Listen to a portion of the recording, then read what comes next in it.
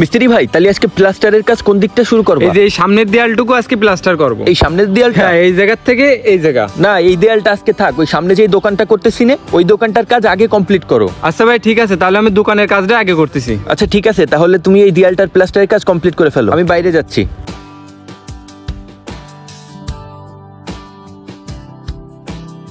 ভালোভাবে কাজটা কমপ্লিট করো, আমি বাইরেই আসতেছি। আরে বড় ভাই, ভালো আছেন? আপনারা কখন আইছেন? এই তো আসলাম মাত্র। তা তুই এসব কি করতেছিস আমাকে জমির উপর? আমাদের না জানে তুই এই জমিতে বাড়ি করতেছিস কিরকম? আরে ভাই, আপনারা অনেকদিন পরে আইছেন, আগে বসেন, তারপরে ঠান্ডা মাথায় কথা বলি। কিসের ঠান্ডা মাথায় কথা বলবো রে? বড় ভাই রয়েছে, আমি রয়েছে, আমাদের না জানে আমাদের জমির উপরে কিভাবে বাড়ি করিস তুই? আরে ভিটে জমির উপর বাড়ি করতি, তোরা তো সাহস দিছে কিটা? কার কাছে জিজ্ঞেস করে তুই এই জায়গায় বাড়ি করতেছিস?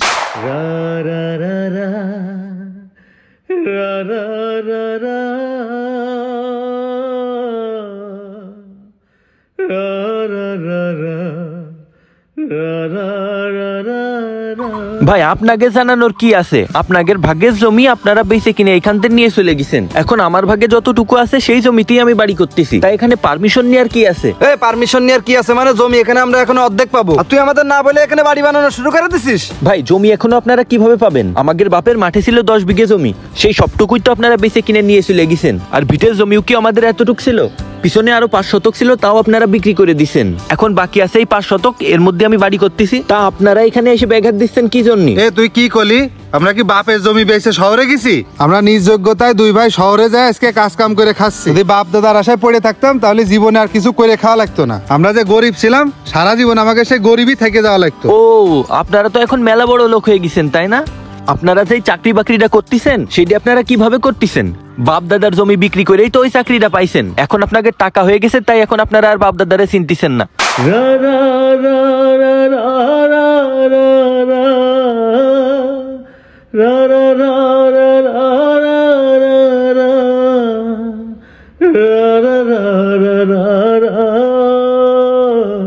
আর আপনারা এমন ভাবে কথা করছেন যে আমাদের বাপ দাদারা গরিব ছিল, তাই না? আরে ভাই, আমাদের বাসায় তো আগে দেখিছেন, আপনারা যখন থাকতেন এই জায়গায়, তখন যে আমাদের বাসায় এত এত আত্মীয় স্বজন আসতো, কখনো কি দেখিছেন যে আমাদের বাসায় কোনোদিন খাবারের কষ্ট হয়েছে? না, খাবারের কষ্ট তো হয়নি কোনোদিন। হ্যাঁ, আর শুধুমাত্র খাবারের বিষয়েও না, কখনো কি দেখিছেন আমাদের বাসায় আত্মীয়দের আতিথেয়তায় কোনো কমতি হয়েছে কখনো?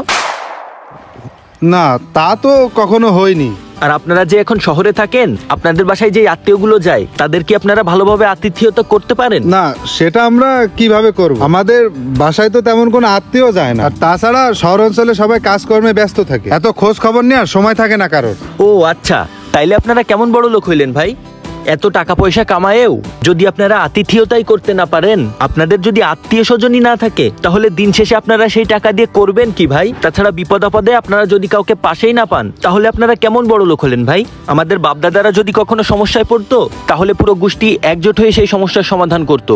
আসলে ভাই, আত্মীয়তা খুবই মূল্যবান একটা জিনিস, যেটা টাকা দিয়ে কখনোই কিনা যায় না। আমরা যে এত বড় হয়েছি, তারা তো তাদের মাথার ঘাম পায়ে ফেলেই আমাদের এত বড় করেছে।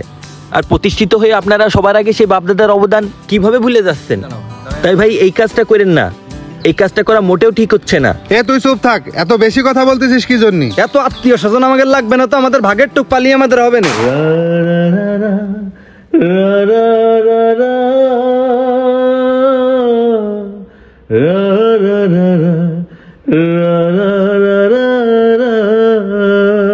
ও ভাই, কি হয়েছে? কোনো সমস্যা নাকি? এই তুমি এই জায়গায় আইছো কি জন্য? যাও কাজ করো, এখানে এসো না, যাও। আমরা নিজেরা কথা বলতেছি, তুমি এখানে কথা বলতেছো কেন? ভাই, হ্যাঁ মিস্ত্রিরা কাজ করতেছে তো, ওকে ডিস্টার্ব হচ্ছে। চলেন আমরা ওই পাশে দিয়ে কথা বলি, আসেন। হ্যাঁ চল। এখানে ডাইকে নিয়ে আসলি কেন? কি কবি ক? শোন, তুই যতই ভূগোল বুঝাইস না কেন, আমাদের জমি কিন্তু আমরা ঠিকই ভাগ করে নিয়ে যাবানে। দরকার হলে বাড়ির ইট খুলে নিয়ে চলে যাবানে, তুমি কিন্তু লোক চেনো না। ভাই, আপনারা আমার নিজের মায়ের পেটের ভাই, আপনারা যদি এটা করতে চান তাহলে করতে পারেন, আমি কখনোই আপনাদের বাধা দেব না। কারণ সামান্য জমি জমার জন্য আমি আপনাদের সাথে আমার সম্পর্ক নষ্ট করতে চাই না ভাই, আর আপনাদের কোনো দোষ দেব না ভাই।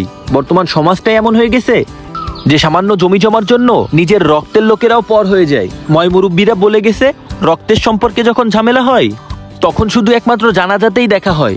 অথচ আমরা 3 ভাই যদি মিলেমিশে থাকতে পারতাম, আমরা আমাদের পরিবার নিয়ে অনেক বেশি সুখে থাকতে পারতাম, আর বাইরের লোকজনও আমাদের কাছ থেকে কোনো সুবিধা নিতে পারতো না।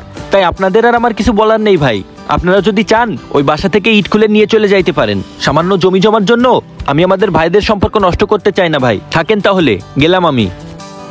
এই জমি জায়গা নিয়ে এই প্রতিনিয়ত অনেক ভাই ভাইয়ের সম্পর্ক নষ্ট হয়ে যাচ্ছে। একটা কথা মাথায় রাখতে হবে, এই জমি জায়গাকে কিন্তু কেউ পার্মানেন্টলি ভোগ করতে পারে না, কিন্তু এই জমি জায়গায় অনেক ভাই ভাইয়ের সম্পর্ক ধ্বংস করে দিচ্ছে। আর যেই জমিনের জন্য নিজ ভাইদের সাথে এত ঝামেলা হয়, সেই জমিন কিন্তু মারা গেলে এই পৃথিবীতেই পড়ে থাকবে। এটা আমরা সাথে নিয়ে যেতে পারবো না। অথচ আমাদের আত্মীয় স্বজনদের সাথে যদি ভালো সম্পর্ক থাকে, তাহলে মৃত্যুর পরেও তাদের দোয়াই আমাদের সব থেকে বেশি কাজে লাগবে। তাই জায়গা জমির জন্য সম্পর্ক নষ্ট না করে আমরা ভাই ভাই একে অপরের সাথে মিলেমিশে থাকতে হবে।